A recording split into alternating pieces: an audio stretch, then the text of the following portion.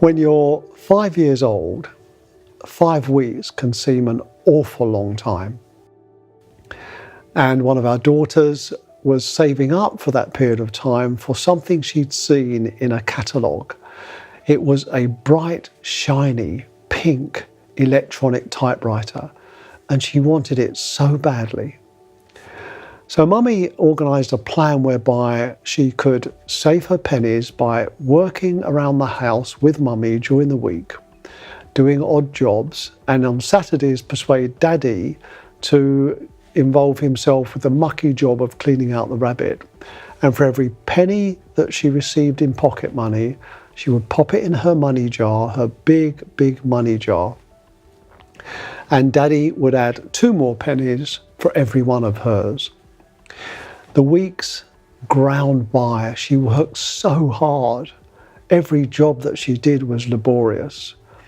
But there came a day when in her big, big money jar was just enough money to buy the bright pink electronic typewriter.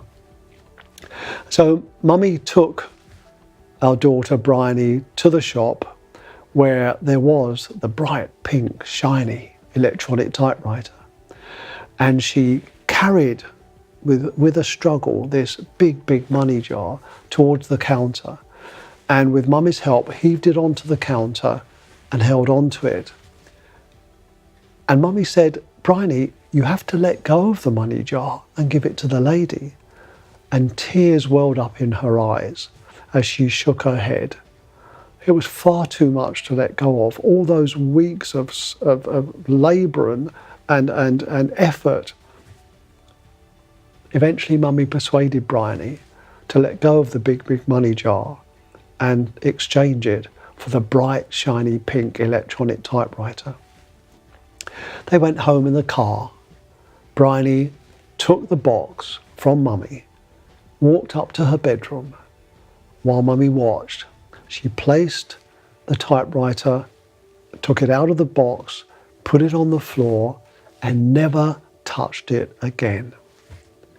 In that day, our child learned a lesson that we couldn't have explained to her, no matter how eloquent our conversation could have been.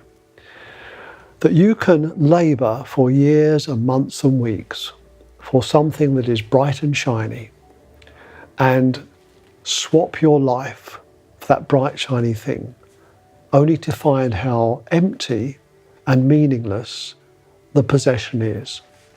When my multi-millionaire mentor, Andrew, first read that blog many years ago, he went up to his wardrobe, took his Armani suits and all the other labels that he had up there, took them down to the local charity shop and gave them all away.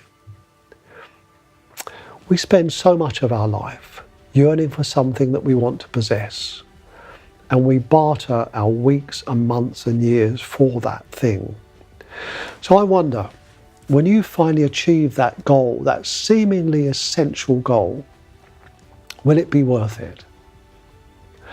What would you have swapped? What of your fragile, glorious, wildly beautiful life will you have swapped for that achievement or that possession?